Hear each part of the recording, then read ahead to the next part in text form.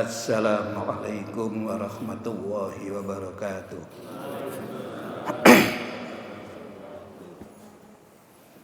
Alhamdulillah alladzi arsala rasulahu bil huda wa dinil haq liyudhhirahu 'alad dini kulli wa kafa billahi syahida asyhadu an la ilaha illallah wa asyhadu anna Muhammadan abduhu wa rasuluh. Allahumma salli wa sallim wa barik ala nabiyyina Muhammadin wa ala alihi wa sahbihi ajma'in, amma ba'd. Kita lanjutkan sampai di mana, Pak? Nomor 3 ya. Iya. Masih hal-hal yang dimakruhkan mengenai jenazah. Yang ketiga,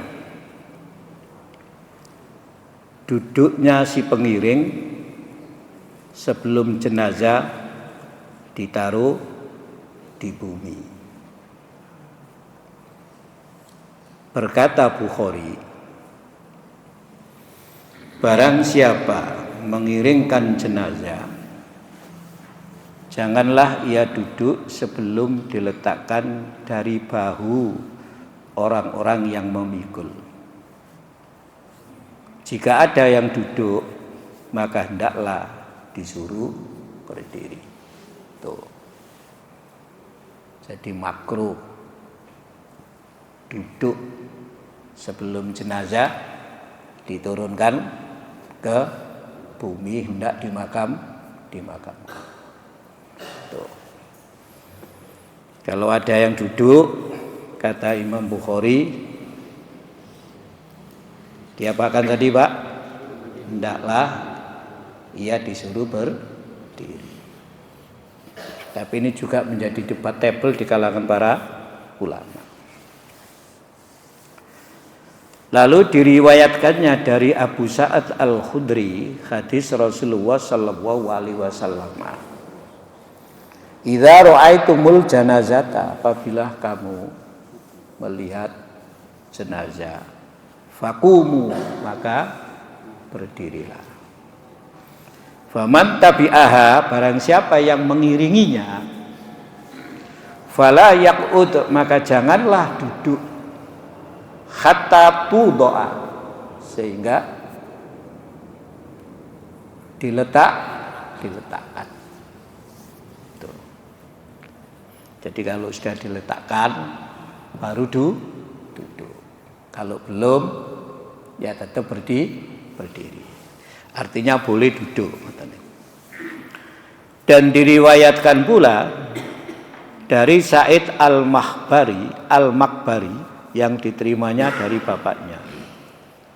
Kunna fi janazatin. Kami berada dalam jenazah. Artinya mengantar jenazah. Fa akhadha Abu Hurairah radhiyallahu anhu biyadi Marwana. Fa akhadha, lalu mengambil, menyentuh lah itu. Abu Hurairah mengambil Abu Hurairah biyadi Marwana, tangannya Marwan, memegang. Abu Hurairah memegang tangannya Marwan bin Hakam ini. Fajalasa, maka keduanya duduk. Qabla, sebelum antu doa, jenazah itu diletakkan di bumi. Faja'ah, lalu datanglah Abu Sa'idin radhiyallahu anhu, Abu Sa'id radhiyallahu fa akhadha, lalu memegang biyadi Marwana, tangannya Marwan. Faqala, berkatalah Abu Sa'id, kum, berdirilah kamu. Marwan dikongkon berdiri. Sama siapa? Abu Sa'id itu. Fawahi, maka demi Allah. Laqad alima hadza, sungguh sudah diketahui hal yang seperti ini itu. Annan Nabiyya sallallahu alaihi wasallam, bahwasanya Nabi sallallahu alaihi wasallam nahana, mencegah kita. Naha itu mencegah ya, itu ya.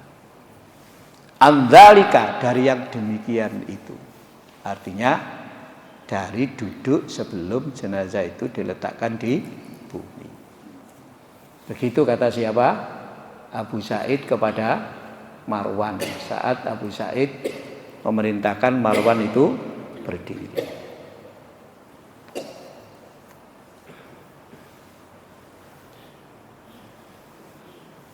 Faqala, maka berkatalah Abu Hurairah, sodako, benar itu. Abu Hurairah itu sajane wis ngerti. Lek kapan kalau duduk sebelum jenazah diletakkan, sudah tahu ada hadis Nabi itu sudah tahu. Tapi Abu Hurairah itu menghormati Marwan, karena Marwan ini ya salah seorang ya pejabat tinggi negara itu loh saat itu. Tuh. Rawahul Hakim. Hadis ini diriwayatkan oleh Imam Hakim. Wazada, dan menambah Imam Hakim. Tambahan begini itu namanya apa, Pak? Ziyadah. Napa? Ziyadah. Ziyadah itu tambahan keterangan dari riwayat. Dari apa? Riwayat. Enggak apa-apa ziyadah itu.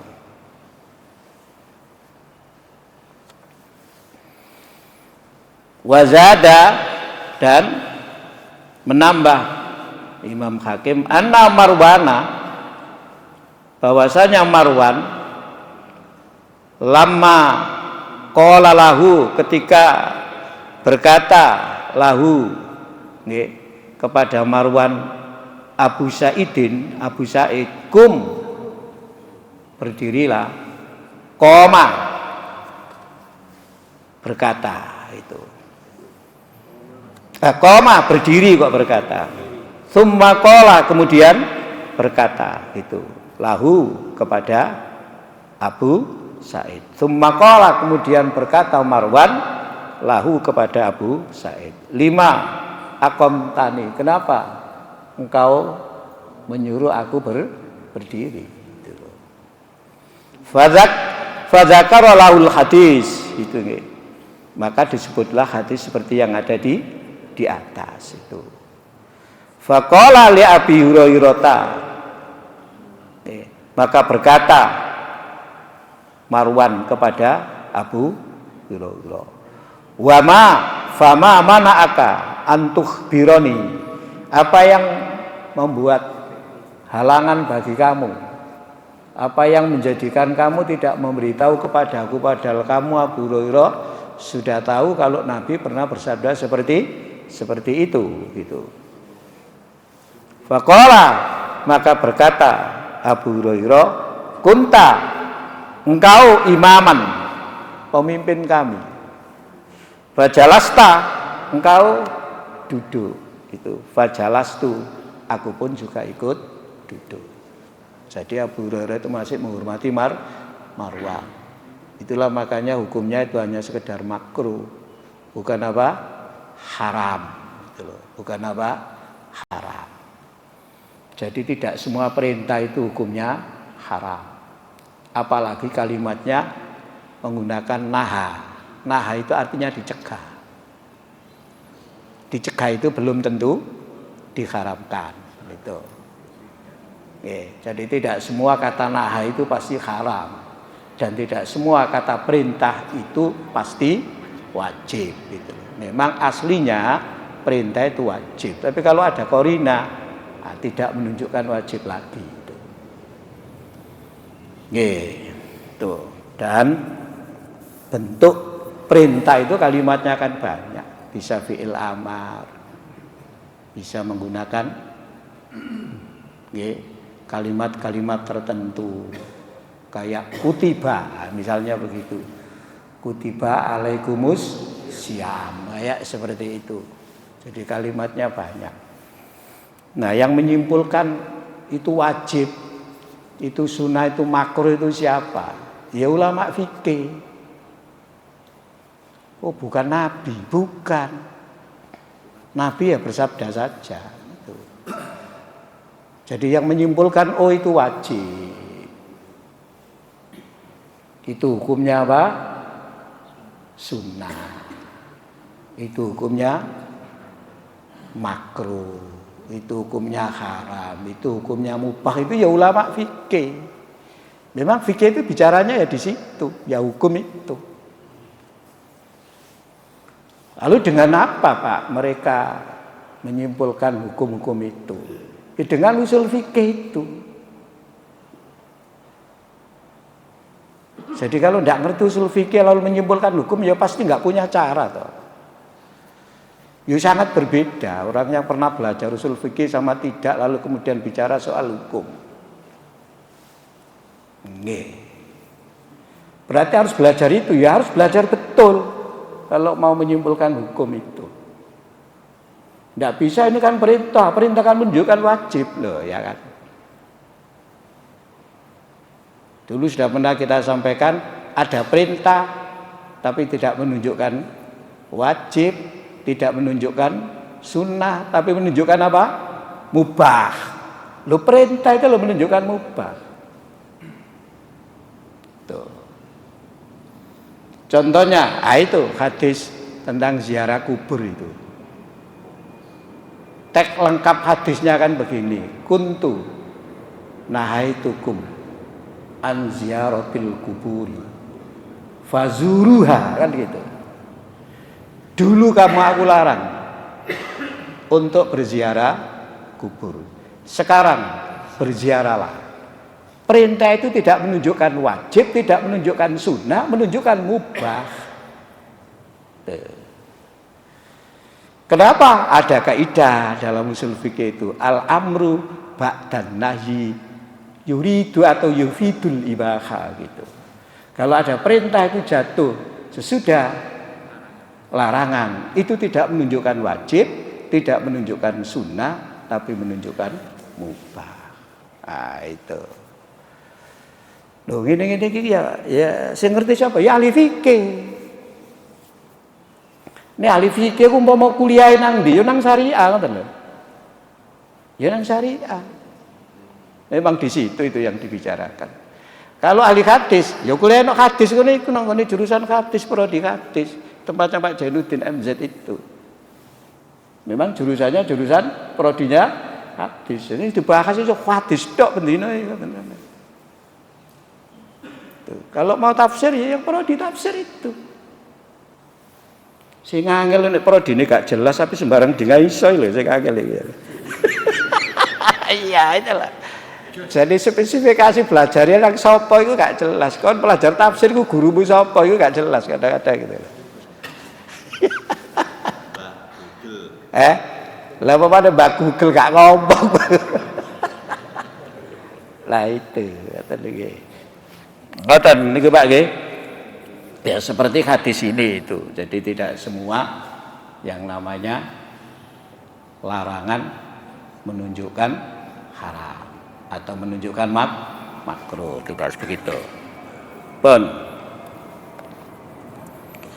penjelasan berikutnya ini merupakan mazhab kebanyakan sahabat dan tabi'in, golongan Hanafi dan Hambali, Al-Auza'i dan Ishaq.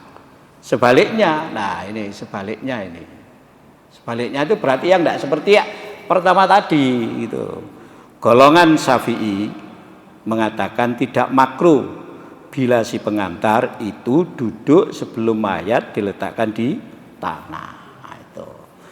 Dan menurut kesepakatan mereka, bagi orang yang datang lebih dahulu dari jenazah tidak apa ia duduk sebelum jenazah datang. Nah, beda pendapatnya Imam Syafi'i ini dengan pendapat yang awal tadi itu, yang mengatakan apa? Makruh. Kok gini sih Pak? Ya gini ki fikih iku sampean. Ngeten iki fikih iku sampean itu. Berkata Tirmidzi. Nah, ini Imam Tirmidzi yang mengomentari ya. Diriwayatkan dari sebagian ahli dari sahabat-sahabat bahwa Nabi Shallallahu Alaihi Wasallam dan lain-lain bahwa mereka biasa juga mendahulukan jenazah dan duduk sebelum ia sampai. Itu. Ini juga merupakan ucapan Syafi'i itu. Jadi menurut Imam Syafi'i boleh duduk nggak apa-apa, nggak makruh, nggak makruh. Tuh. Dan bila jenazah itu tiba sementara ia duduk, maka ia tak usah berdiri, ya, gitu. Tetapi diriwayatkan dari Ahmad, jika ia berdiri, saya takkan menjelaskannya, dan jika ia duduk juga tidak jadi apa-apa. Jadi berdiri boleh, tidak juga boleh. Begitu pendapat di kalangan mazhab Syafi'i. Dan itu juga dikuatkan oleh keterangan dari At-Tirmidzi. Ya, sampean terserah lah, pokoknya gak turu lah ya. Lelae ndak ayah. Lah iya ya kan. Lu fikih itu enak betul loh. Sampai lu fikih itu enak sampai itu. Pokoknya ada hadis lah. Soal kemudian ya bagaimana memahami hadis dari sisi hukum itu. Ada ketidaksamaan itu hal yang wajar, memang para ulama. Kata wajibun saja kalau itu ada di dalam hadis masih debatable kok. Kayak sholat Jumat itu loh. Ya. Al-ghuslu yaumal jum'ati wajibun lah gitu dah itu. Mandi pada hari Jumat, mandi besar maksudnya bahasanya mandi ngono tok di situ itu. Nggih, begitu mandi ku mandi apa? Nah, para ulama fikih membahas mandi besar. Salah satu hadisnya itu berbunyi wajibun, wajib gitu. Setelah dihubungkan dengan hadis yang lain, debatable yang wajib itu di kalangan mazhab Maliki ya, Mbak. Nah, kata sampai. Di kalangan siapa? Mazhab Maliki. Yang lain enggak. Sebab Utsman itu tahu loh. Salat Jumat mlebu masjid dielingno Umar kon wis adus ya. Aku adus kapan aku teko kantor? Mulai adus dhisik. Yo gak salat Jumat itu. Aku teko kantor. Kayak dhisik durung mulai teko pasar. Ya gak adus gitu. Boleh ya gak Jumatan lah jadi itu pernah yang seperti itu ngotot wajib Pak, ini hadisnya wajib lah kena angel ngomongin ini angel tadi ngomongin ini gak perlu direwan wis juara gitu. Angel sekali kata angel kata dia lho hukum fikih disawang bunyi hadis sak tek-tok apa sampean oke kata banyaklah nanti itu banyak sampean itu dan banyak belum sampean tahu kayak wakaf. Selama ini wakaf itu yang jadi pandangan ya menurut Imam Syafi'i. Wakaf itu ya tanah yang diserahkan diambil manfaatnya yang diambil, hartanya enggak berkah. Saiki ada wakaf uang itu ada. Wakaf uang dalam arti wakaf apa itu namanya itu? Bukan wakaf tunai, bukan. Wakaf berkembang. Jadi sampean niku nyerahno modal, misalnya masjid iki sampean bukan sampean titipi dhuwit, sampean wakafi dhuwit. Ya, 1 miliar. Tapi 5 tahun dhuwit sampean dijupuk. 1 miliar itu dhuwit iki dapatno, dikembangno, hasilnya mlebu masjid. Ngono 5 tahun dhuwite pokoke balik ngono. Iku jenenge wakaf. Di undang-undang ada. Kalau wakaf tunai itu wakaf dhuwit. Ya, wakaf dhuwit. Duit iki dikumpulno, dikembangno, hasilnya digawe. Nah, ngene wakaf tunai jenenge. Jane kabeh ku padha mbek infak, fisabilillah itu masih wakaf ya infak fisabilillah. Ada wakaf duwe ngono sampean. Sampean di motor, sampean sarana masjid. Iki lho digawe antar jemput, telung tahun barangnya balik. Ngoten lho nggih. Ngoten. Nggih, tapi manfaatnya mlebu masjid selama 5 tahun. Tapi itu wakaf bahasanya. Di undang-undang itu ada. Undang-undang wakaf itu loh, ada itu yang begitu. Tapi kita belum. Tapi mazhab Syafi'i tidak begitu wakaf itu. Nah, itu mazhab siapa Pak yang begitu? Mazhab Maliki itu. Gitu. Tapi itu dipakai di Indonesia. Dipakai itu di Indonesia dan itu masih di undang-undang itu. Wakaf seperti itu. Termasuk wakaf tunai barang itu. Oh, ngoten niku sampean. Enggak bisa itu wakaf kok begitu loh ya, lak bolak-balik angel ngomong ngene iki. Gitu loh ya. Tuh. Padha barek iku lho. Sampai saiki nek ana wanita hamil karena zina lalu dinikahkan sama laki-laki yang menghamili itu. Kompilasi hukum Islam kan mengatakan perkawinan itu sah kan gitu kan. No masyarakat gak sah iku sik bolak-balik ngono sampeyan masyarakat itu. Lha itu jelas menjadi undang-undang itu. Sudah perundang-undangan konon di Indonesia itu. Lu ngambil pendapatnya siapa? Lah gitu loh. Kok ngambil ini dari mana ini? Apa ngarang dah gitu loh. Atau pendapatnya ulama siapa? Ini kan begitu. Sing gak ero ya. Loh itu. Gak jelas kabeh itu. Padahal itu sudah menjadi perundang-undangan. Sah, dinyatakan sah itu perkawinannya itu. Karena apa? Ya memang kalau ulama itu debatable. Nah, Indonesia ngambil yang itu gitu. Tapi masyarakat, gak sah itu. Bahkan ditegaskan dalam pasal itu. Tidak perlu diulang nikahnya setelah anak itu lahir. Sudah tidak perlu diulang. Lah pas tak kata dia. Pas. Lah kenapa masyarakat kok kemudian ya seperti itu ya? Masyarakat kan tidak tahu bagaimana kemudian pasal itu muncul. Tahunya kan ada pasal. Dan selama ini pandangan di masyarakat tidak seperti itu kan menurut saya. Karena itu berwawasan luas itu menjadi penting supaya kita tahu. Gitu. Apalagi sampai yang dalam waris itu, ayah itu kan dapat sepertiga. Nggak ada ya dapat sepertiga di hadis, nggak ada fikih, nggak ada. Tuh, ayah itu loh dapat sepertiga, bisa dapat sepertiga ayah itu. Ternyata ayah dapat sepertiga itu pemikirannya Ibnu Mas'ud itu yang diambil itu ya, Mbak. Tapi ya sama dengan 1/6 sesungguhnya kalau dilacak pemikiran dasarnya itu. Nah, kalau kita hanya membaca teksnya tidak ngerti bagaimana reasonnya, dasar pemikirannya, hukum. Ya kok gini, gak cocok ini kan. Justru kok gini lalu dicari. Ini piye ceritanya. Oh ternyata kita. Makanya yang ngono bunyinya itu. Awak dhewe gak tahu terlibat di dalamnya, yo gak ngerti, yo gak ahli usul, ngomongin masalah wis. Nah, itu gitu-gitu itu ya. Ngomong wis kayak paling bener gitu loh.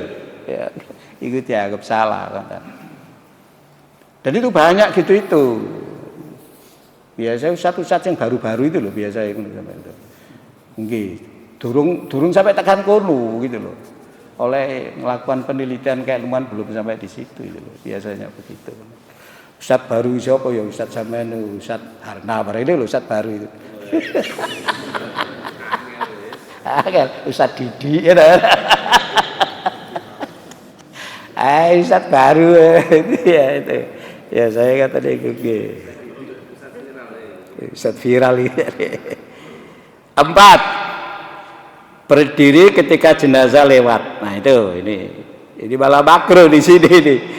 Berdasarkan apa yang diriwayatkan oleh Ahmad dari Waqid bin Amr bin Sa'ad bin Mu'ad yang menceritakan, saya lihat jenazah lewat di Bani Salimah. Lalu saya berdiri, maka berkatalah Nafi bin Jubair, duduklah dan saya akan terangkan pada Anda keterangan yang sah mengenai masalah ini. Mas'ud bin Hakim Ar-Ruqi menyampaikan padaku bahwa ia mendengar Ali bin Abi Thalib radhiyallahu an berkata, "Kana Nabi sallallahu alaihi wasallam." Adalah Nabi sallallahu alaihi wasallam amarona memerintahkan kepada kami bil qiyami dengan berdiri fil janazati itu. Jadi dulunya Nabi itu memerintahkan berdiri kalau ada jenazah lewat. Tsumma jalasa ba'dzalika. Kemudian dalam perkembangan berikutnya ternyata tidak berdiri lagi, tapi Nabi apa? Duduk. Wa amarona bil julusi, dan memerintahkan kepada kami untuk duduk. Barwahu Muslimun bilafdin, dan meriwayatkan hadis itu Imam Muslim dengan lafadznya, teksnya enggak sama dengan yang di atas, tapi isinya sama. Ra'ainan Nabiyya sallallahu alaihi wasallam, saya melihat Nabi sallallahu alaihi wasallam qoma, berdiri. Ya, berdiri, kata Ali bin Abi Thalib itu.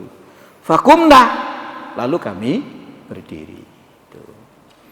Faqa'ada, lalu duduk kemudian Nabi itu. Perkembangannya duduk berikutnya. Faqa'adna, maka kami pun juga duduk, yakni fil janazati, di dalam urusan jenazah. Artinya ketika ada jenazah lewat, tidak berdiri, malah duduk. Makanya di sini dikatakan berdiri ketika jenazah lewat itu adalah hukumnya makruh berdasarkan hadis ini. Itu. Bagaimana penjelasan berikutnya?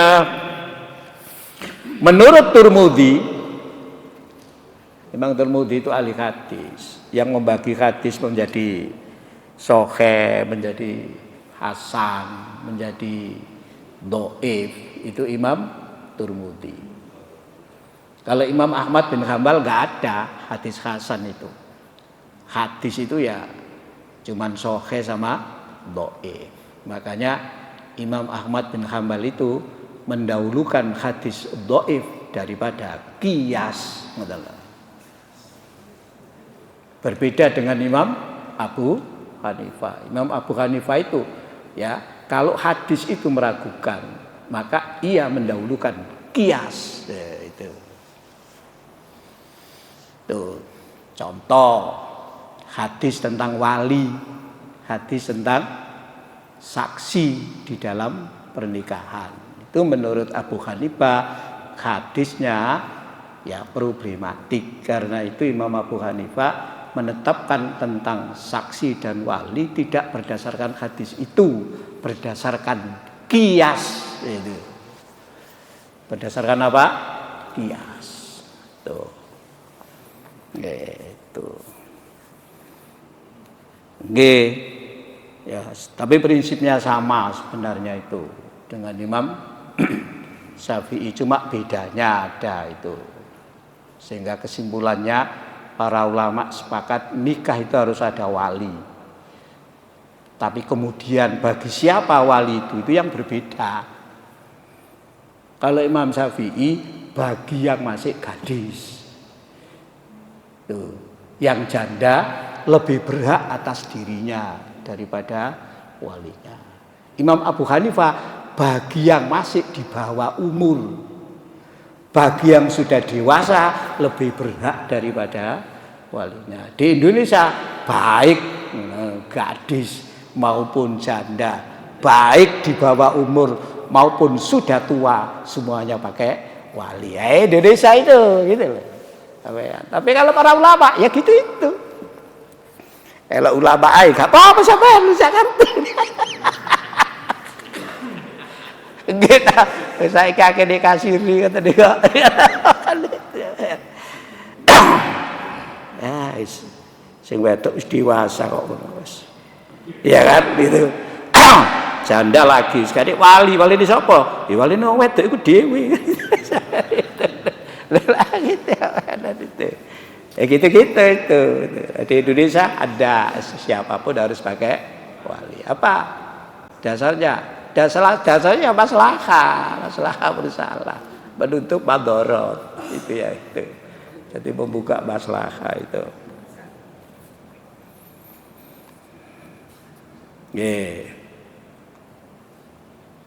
Menurut Imam Tirmidzi hadis Ali ini hasan, lagi sahih. Hasan tapi sahih itu namanya sahih li ghairihi. Ngoten lho. Napa istilahnya, Pak? Sahih li ghairihi. Ada hasan li ghairihi, itu artinya hadis dhaif, tapi karena didukung oleh penguat, jadilah hadis itu hasan li ghairihi. Ada sahih li ghairihi itu. Dan pada sanadnya itu apa sih, Pak? Sanad itu apa? Persambungannya itu loh, sandarannya itu loh. Nggih. Terdapat 4 orang tabi'in yang beberapa orang di antara mereka meriwayatkan dari hadis yang lain. Sanad itu ya Bukhari ini dari siapa? Bukhari itu dari A. A ini dari siapa? Dari B. B ini dari siapa? C. C dari siapa? D. Terus sampai dari Nabi. Itu namanya sanad. Makanya sering kita sampaikan, yang berkata kalau itu sabda Nabi itu Imam Bukhari gitu loh. Cuma Imam Bukhari itu terbuka. Sampeyan kok iso ngomong iku teko Nabi ku piye ceritane? Aku lho dikandani iki. Lha iku dicari sama Imam Bukhari itu. Iki lho dikandani iki. Iki dikandani iki, iki dikandani iki, iki dikandani iki, iki dikandani iki. Makanya sama nek maca kitab Bukhari langsung, iki ono kabeh. Dari mana ini ada semua. Tapi sampai nek maca hadis kaya iki, kaya kitab apa namanya? Riyadhus Shalihin, sudah ndak ada itu, yang adanya sahabatnya. An Abi Hurairah yang adanya itu. Tapi nek sampean maca asline kitab-kitab hadis mulai dari awal ini ada. Tirmidzi sampean kok iso ngomong itu sabda Nabi ku tekan ndi sampean iku lho. Lho aku lho tekan kene. Nah iki tekan kene. Nah iku nanti dikaji. Iki kok iso tekan kene ku uripe kapan wong loro iki? Manggone nek endi? Hubungane apa wong loro iki? Ngoten lho. Ana hubungan guru mbek murid ta? Apa hubungan dagang? Ngoten lho sampean. Dia itu dikaji loh, itu ada kitabnya, semua itu ada kitabnya mengkaji itu, Pak. Makanya studi hadis agak susah. Studi hadis loh ya. Iku ahli ini Pak Jainuddin itu. Iya Pak Jainuddin itu sampean itu. Wis gitu itu sampean takoki ngono iku ero dek. Kula gak angel-angel. Nah, sekarang sudah ada gitu sampean nek buka kitab Maktabah Samila itu ada keterangannya. Cuma ya gak mungkin iso maca sampean buka ya komusi bahasa Arab sampean gak iso. Sini bahasa Arab kabeh kok ono. Diterjemahno gak iso, Pak itu. Tapi sudah ada namanya takhrij iku. Ngoten nggih. Nah iki jenenge sanad. Nah, ketika orang-orang yang terlibat namanya periwayat, nah itu ada yang diragukan. Misale mek ngene tok. Ya, iki teko sapa? Iki tekan kene. Iki teko sapa? Iki teko B. Oh, B ku ngantukan lho wonge. Dicoret nek Bukhari, sret lho. Iki iso salah iki nek gurune ngomong pantuk, gak krungu lho. Keliru. Mbak Bukhari coret hadise. Makanya hadis Bukhari juga gak sampai teknis kadang-kadang. Gak sampai kitab Lulu Al-Marjan kan gak sampai teknis hadisnya. Yang teknis ya kitab Sunan ya Tirmidzi barang iku. Ya, tuh, ini pemahaman dasar perlu kita sampaikan supaya membuka wacana kita aja itu seperti itu. Oke. Nek ana wong ngomong hadis kok ono sing sahih, ono sing dhaif, ono sing hasan. Hadis sabda Nabi. Lha iki gak ngerti hadis ya iki lho apa iki. Angel gini guys, juara gini ngomong sana. Ya apa sih? Oke, kecuali nek hadis itu dibukukan sejak zaman Nabi, kayak Quran lho. Mari kulo turun lah gone, ya. Sahabat iku mari kulo turun nang gone zaman siapa? Tabiin terus. Iku baru, gak ono sanad iku gak ono. Nek gak ono sanad ya pasti gak hadis. Digolek kitab iki gak ono kene, gak ono kene, gak ono hadis. Makanya jari Adi Dayat itu, hadis ini saya cari di kumpulan hadis yang dhaif pun lho gak ketemu lho ya men. Lho di kumpulan hadis dhaif itu gak ketemu. Apa paling sing sahih gitu lho. Itu apa gak ketemu gitu. Oh berarti hadis palsu ngoten lho jenenge hadis. Meskipun di sini apik tapi bukan hadis. Ngoten ya Pak nggih. Nggih. Nggih ngoten. Makane ono sing gak gelem nggunakno hadis sebagai dasar agama. Hadis itu sunnah sebenarnya, gitu loh. Sunnah itu sesuatu yang sudah berlangsung di tengah-tengah masyarakat. Entah itu praktek zaman Nabi atau praktek sebelumnya yang diteruskan, itu namanya sunnah. Jadi sunnah itu tidak sampai pada tingkat sebagai sumber hukum. Itu namanya kelompok ingkar sunnah. Jadi tidak mengakui sunnah sebagai dasar agama. Dasar agama itu apa? Hanya Quran. Namanya menolak sunnah menjadi dasar agama, dasar hukum. Namanya apa? Ingkar sunnah. Oh, itu sudah zamannya Imam Syafi'i sudah ada kelompok itu. Sampai sekarang. Ono, cuma nggak berkembang. Tapi ono sampean itu. Makanya biasa ingkar sunnah itu sholat itu wajib tidak 5 waktu. Hanya berapa? 3 waktu. Nah, sampean ngamuk-ngamuk. Begitu saya meruk, ingkar sunnah. Mangka ada wong ingkar sunnah ya ngono. Kafir sampean. Aja gopo sik terus kafir sampean itu. Aja dhisik. Kenapa gak seperti itu? Itu namanya ingkar sunnah. Salat itu perlu. Biar dosen umum itu ada dulu perempuan. Tapi bukan dari agama dia, sarjana hukum. Loh. Takonono yo, pakil ingkar sunnah jangan ngomonglah pelan-pelan. Dikali kalau katakan, jangan ngomong pelan-pelan. Dia lah ingkar sunnah dia itu. Dia akan menjelaskan kok dia itu. Dia akan menjelaskan. Bukan dia enggak sholat kok itu. Tapi dia akan menjelaskan pada kenyataan. Ya wah, iyalah, bener lah. Iya, bener ya. Jadi lah ya ta. Ingkar sunnah ada kata-kata. Ya apa iki? Sembet terserah sampean ae ngono sing pemimpin kok. Ya. Jabatilah inti itu aku. Ya juga dibicarakan aja lah, gak usah gopo, tenang aja gitu. Tuh, gak usah gopo. Dan itu namanya apa Pak? Ingkar sunnah. Kita teruskan ya ini ya. Menurut Tirmidzi, hadis Ali ini hasan lagi sahih dan pada sanadnya terdapat 4 orang tabi'in yang beberapa orang di antara mereka meriwayatkan dari yang lain hingga menjadi amalan bagi sebagian ahli. Dan menurut Syafi'i, hadis tersebut adalah paling sah tentang masalah ini. Itu. Menurut Imam Syafi'i. Kalau takon malih, dhisik-dhisik Imam Syafi'i mbek Imam Bukhari niku. Uripe dhisik pundi? Dhisik Imam Syafi'i. Jadi Imam Syafi'i lahir, urip iki Imam Bukhari dereng lahir, ngoten lho. Durung ana ambune bahasa niku ngoten lho. Syafi'i itu lahir tahun 150 Hijriah. Nggih, tahun 150 Hijriah. Imam Bukhari masih 200-an. Ngoten. Ini ngono berarti loh. Bukhari itu madzhab Syafi'i. Bukhari itu madzhabnya madzhab Syafi'i, Imam Bukhari itu. Meskipun pendapat dalam bidang hukum bisa enggak sama, tapi madzhabnya madzhab Syafi'i Bukhari itu. Nggih. Hadis ini juga membatalkan atau menasakh hadis pertama. Hadis pertama itu ini loh. Jika kamu melihat jenazah, hendaklah kamu berdiri. Tadi itu loh. Nggih. Berkata Ahmad, jika suka ia boleh berdiri dan boleh pula tidak. Berbeda Imam Ahmad ini. Jadi menurut keterangan hadis yang pertama itu dinasakh oleh keterangan hadis yang kedua. Hadis yang pertama itu apa? Berdiri. Hadis yang kedua apa? Hadis yang pertama apa? Ya berdiri. Hadis yang kedua apa? Duduk.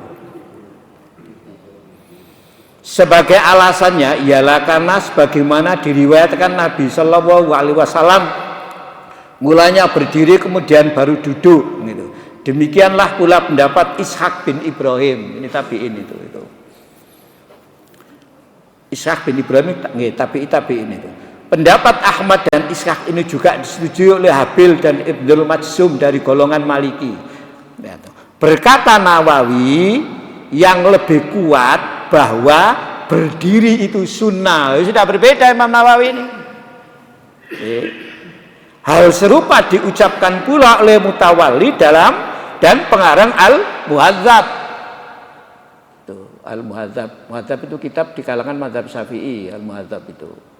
Ada syarahnya itu As-Sayraji, itu dikarang oleh Sayraji itu. Nah itu. Jadi menurut Imam Nawawi malah tidak duduk, malah apa?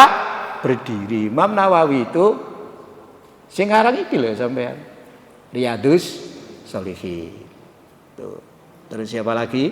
Apalagi kitabnya Arba'in Nawawi itu. Terus apa lagi kitabnya itu? Banyak Nawawi itu kitabnya itu. Apalagi kitabnya itu kitab Al-Adhkar. Al-Adhkar. Isinya zikir-zikir yang berdasarkan Al-Qur'an dan hadis itu. Zikir-zikir isinya namanya apa? Al-Adhkar. Lalu ini yang memberi syarah Sahih Muslim itu. Jadi Sahih Muslim kalau aslinya itu cuma 2 buku, itu diberi syarah oleh Imam Nawawi. Kalau yang cetakan lama ya, nggak tahu yang cetakan baru ini. Yang cetakan lama itu sekitar ada 14 jilid. Jadi Imam Nawawi itu ya produktif menulis, gitu loh. Juga Imam, tapi ya banyak karyanya itu. Tuh.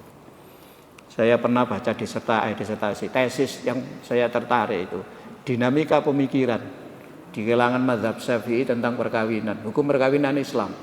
Ternyata membandingkan itu antara pemikiran pada generasi Imam Syafi'i masih hidup itu dengan pemikiran yang sudah berkembang pada generasi Imam Nawawi. Jadi dua ini yang dijadikan patokan. Seberapa dinamika perkembangan pemikiran ya fikihnya di bidang fikih perkawinan. Itu ada tesis itu. Ada tesis kalau itu. Tuh. Enak loh mau tesis sampean kan hasil penelitian. Tuh. Ada tesis juga yang begini. Buku perkawinan di Indonesia ini itu dikumpulkan. Yo beratus-ratus buku. Banyak pokoknya buku yang ditulis dalam bahasa Indonesia. Ya, yang bahasa Indonesia loh, bahasa Indonesia. Bukan terjemahan, bukan. Lalu dipetakan.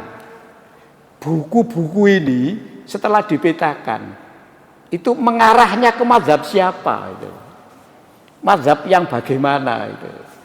Judul buku ini, judul buku ini, judul buku ini lalu dipetakan sekian ratus buku itu banyak kayak tidak nih, kan. Tapi masing-masing dibukai. Kenapa buku ini kok dimasukkan di kategori A, ini kok kategori A, ini kok kategori B, kategori C. Itu ada alasannya, ada penjelasannya itu, ada penjelasannya. Tuh, lalu kemudian disimpulkan, nah yang ini model pemikirannya begini, yang ini model pemikirannya begini, yang ini model pemikirannya begini, gitu loh. Nggih, ya kayak sampean yang berkembang sekarang itu, jari sing iki, ngoten nggih? Jari sing iki lho, jari sing iki. Poligami ku perintah agama. Nek ana wong wedok, bojone gak oleh poligami, berarti wong wedok iku kafir. Ngoten lho misale. Apa? Sebab wong wedok menghalangi wong lanang mengamalkan Al-Qur'an. Iki sing iki, ku kelompok iki. Nek ngono ku buku-buku ngono ku mau kelompok iki, ngoten lho, kelompok iki. Sing iki gak ngono, sebalike ngoten lho, Pak. Lha kayak kata-kata iki lho. Nanti sing buku-buku iki gak ngono bertentangan dengan ini. Lho jane wong lanang bojone mek siji, nek darurat baru oleh loro. Ngoten lho sampean. Nek darurat, nek gak darurat, lha siji ae kayak sampean ini kan gak darurat sampean. Nah gitu loh, maksudnya gitu. Nah itu kelompok ini, nanti ada lagi kelompok apa lagi gitu dipetakan. Itu tadi tesis kata niku. Sing angel ya kata niku sampean sing angel iku. Lha bukune gak 100 sih. Pirang-pirang atus sih bukune apa sampean. Pirang-pirang atus sampean iku. Nggih, akeh iku sampean timbang ujian apa? Ujian kualifikasi S3. Ujian kualifikasi lho kita mek 250 sampean. Satu suruh 50. Iku diujiekno ngoten tok mawon wis. Mari. Semoga kitab itu dikumpulno, kitab apa kon? Nggih, dijokno iki kitabe wis bareng ngono diuji, selesai sudah kualifikasi itu. Iki lho pirang atus iki. Tuh, ya semoga kitab iki apa iki 250 kan gitu kan. Jadi S3 itu yang ujian kualifikasi S3 itu gitu. Iki kitab pokoke 250 dijokno kitab. Ya buku barang pokoknya kena bahasa Indonesia ya boleh, tidak apa-apa. Pokoknya ya 250 itu mau yang diajukan nanti diuji itu. Isinya kok wae kata lho. Diujikan itu kata lho, Pak. Supaya apa yang bangun wawasan itu tadi itu. Diwaca kabeh, ya gak, ya paling diweruhi. Buku iki bicara apa? Kata tetep mawon. Ya, isinya apa kira-kira kata tetep mawon. Piye pandangane pendapate mek ngoten tok. Diwaca kabeh. Kapan maca 250 buku sampe? Gak nyambut gaya sampai dikata dia.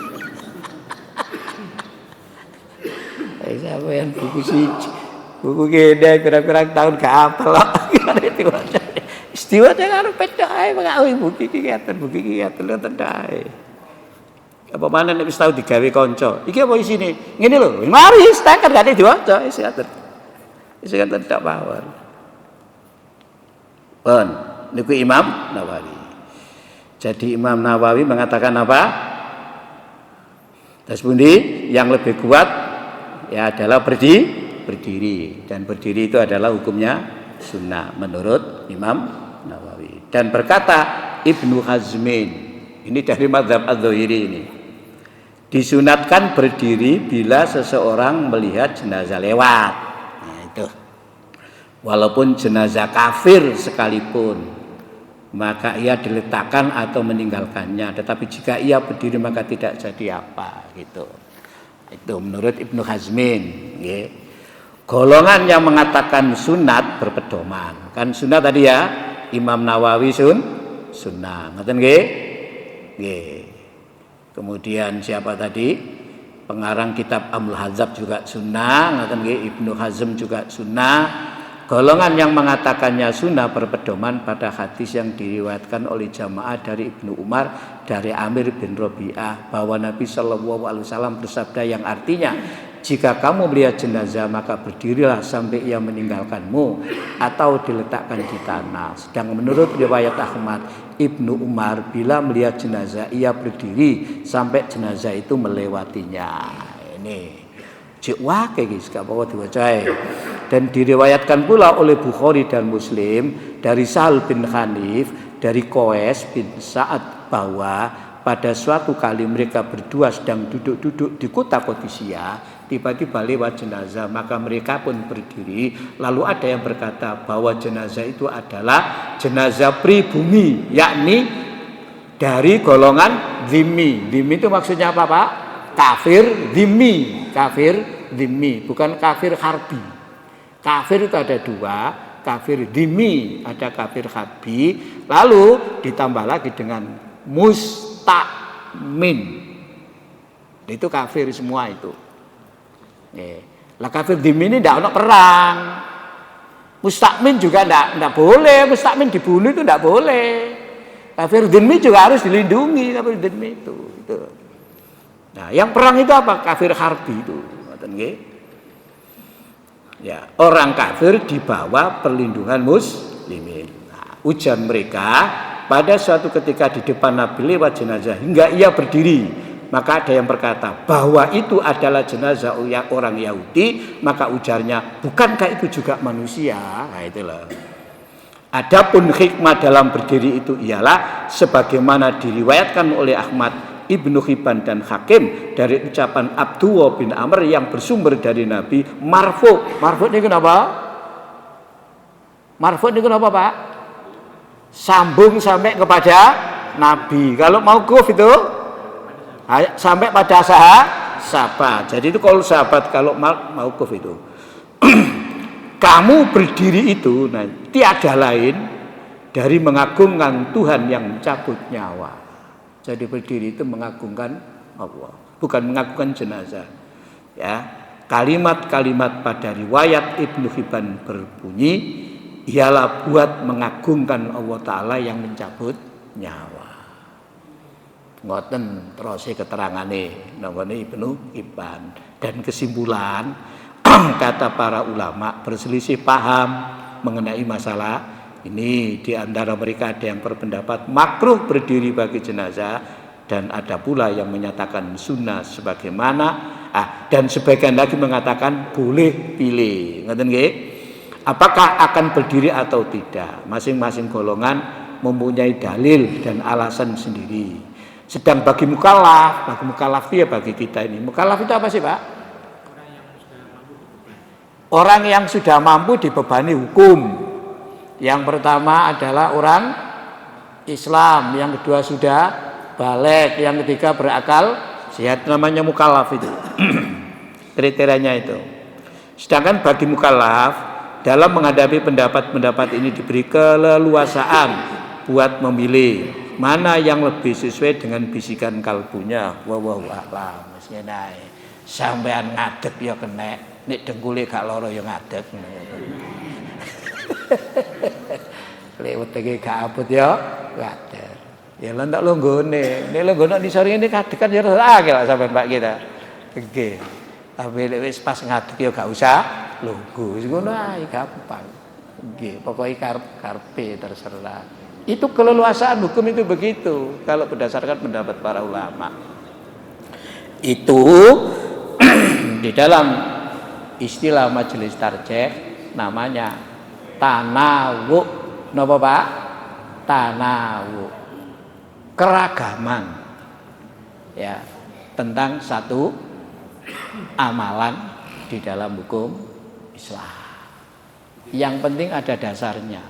Kata yang penting ada dasarnya. Wis bolak-balik nyawang jamai. Sakno sing ado-ado iku. Monggo, Pak. Napa, Pak? Jenazah, tentang jenazah. Oh, mangke main pas pemakaman itu belum. Mari niki lak pemakaman niki sik ngaterno niki adzane pas makam iku, Pak. Nggih. Tapi lek dalil secara konkret mboten enten, Pak. Tapi nanti mungkin di dalam dibahas bareng-bareng. Nggih. Nanti aja itu pas pemakaman, Pak, ini masih mengantar kok niki. Sik pengantar. Sik wake. Wah, pemakaman sik dulu Pak nggih. Demikian kurang lebihnya mohon maaf. Assalamualaikum warahmatullahi wabarakatuh.